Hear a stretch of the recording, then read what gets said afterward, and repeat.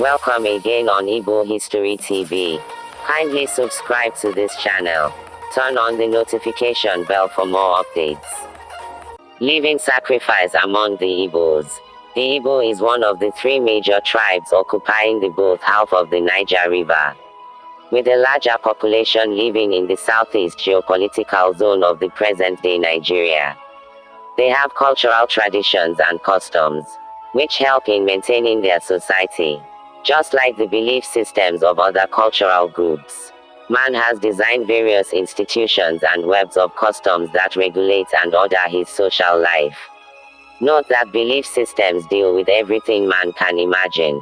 Through belief systems, they observed, human beings give meanings to their experiences. Two kinds of belief systems have been identified: instrumental, rational, technical, and transcendental. The former is concerned primarily with practical life, day-to-day subsistence activities, travel, nourishment, health, etc., providing people with practical guidelines by which they can structure their day-to-day behavioral patterns, such as what to do about a sick relative, what to and what not to eat, etc. Transcendental belief systems, on the other hand, provide the structure through which human beings give meaning and purpose to existence. Among the Igbos, sacrifice is the most ancient and essential part of every ceremony. When worship is made to the gods, minor deities, or the ancestors, the offering of sacrifice to the gods is a tradition well respected and maintained by the Igbos. Forms of sacrifice. Sacrifices are in two forms: popular or personal sacrifice, as well as ritual sacrifice. The popular or personal sacrifice is made in form of renunciation for a motive of sin committed, while the ritual sacrifice is done either in the shrine or any of the worship place. In other words, sacrifice is any physical or spiritual thing we do to affect our union with God. For atonement and purification, an Igbo man believes that when he commits sin, he offends the gods, and will make some necessary sacrifice for atonement and to purify the land. Sacrifices are made for some abomination and taboos, such as incest, stealing of yam from yam farm, a woman becoming pregnant within a year of husband's death, killing, and committing suicide, etc. It is believed that abominations defile the land and sacrifice purifies the land. It is called Iku Allah, meaning removing abomination from the land, to ward off molestation from unknown evil spirits. Sacrifice can ward off malignant spirits. For instance, when a person is sick or feels he is being tormented by unknown powers, a goat is carried by the native doctor 7 times from left to right and right to left round the victim, family or group of people concerned, and it is then thrown into the bush or river, so that the evil spirits may accept it and leave the people in peace. For petition, an Igbo man believes that his heart desires can be obtained if he has the proper recourse to the ancestors, the spirits or God in rare cases. The prayer he makes is tied up with a sacrifice for petition. Funeral sacrifice. In Igbo land, this is done with goats, cow, and at times, human beings in the case of a chief. Just like the burial chamber that was excavated in Igbo Kul, where humans on standing position were seen buried along with their chief. Other grave goods were also seen in the chamber. The essence of this sacrifice is to announce the person's arrival to the ancestral world, and for his or her acceptance into the spirit world. It is also for the ancestors to overlook any of his past misdeeds, and to show that the deceased still wants happiness in the future. It is also called the rites of separation, Ajaozu, for Thanksgiving. When a petition is granted, you give sacrifice of thanksgiving. For instance, during the New Yam festival celebrated among the Igbo. During this festival, sacrifices are made to appreciate the God of Allah and Ahajioku for a good harvest.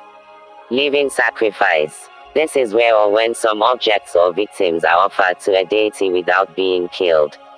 At times, they are left to roam the streets, thrown into the river, or in the forest, and they will become the property of the spirits. Objects used as living sacrifice. Objects used as living sacrifice are in form of animals or human beings. Dedicated animals are symbolically sacrificed and left alive as belonging to the spirit. This type of sacrifice was seen in the Old Testament of the Bible in the book of Leviticus chapter 16 verse 21 and 22. This sacrifice was performed without spilling the blood of the animal, making it a living sacrifice. Another instance is where the animal is bound hand and leg, and the chest is laid before the shrine, or it will be thrown alive into the bush or river. With a piece of cloth tied to it, or a special mark will be given to the animal for people to know that the animal has been consecrated to a deity. It could also be one of the ears that will be cut off, or both ears may be splitted, or one of the animal's testes will be removed. This is because it is male animals that are usually used for this kind of sacrifice. This ceremony is called Ichanunamo, which means consecrating an animal to a spirit. Such animal is left to go in liberty but remains the property of the spirit. It is not killed, and when it dies, it is buried ceremoniously. The dedicated animal could be offered as a scapegoat for sin, sickness and disease. However, animals were used to remove evil from the land. At times during pestilence, palm fronds, an animal or a human being will be tied at the entrance of the town, with hope that the disease will enter into these objects and spare the inhabitants. To be attacked by such animal is regarded as bad luck, and these living sacrifices are not eaten by anyone. In the past, 2 living beings were buried alongside chiefs as servants to serve him in the spirit world. Slaves were usually used for this. Another form of human living sacrifice is the Osukas system among the Igbo, where a human being is consecrated to a deity or shrine and his generation automatically belonged to the deity. This group was set aside, isolated or confined to specific areas in the community. It was a taboo to have any social interaction with an Osu who performs these sacrifices. These sacrifices are offered to the deity by a priest, who could be a witch doctor who cures those who have been bewitched, a herbalist who knows the powers of many roots and herbs, a diviner who tells fortune. He is consulted before any sacrifice is offered. The chief priest is a Mo. He is an official servant of a deity or oracle, who offers sacrifice to the spirits and generally ministers at the shrine.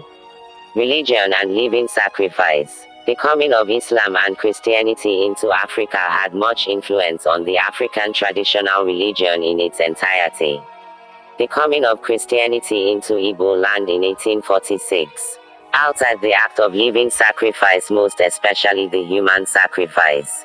The Christian missionaries were able to stop the burying of chiefs with living beings, and the act of using human beings as scapegoats.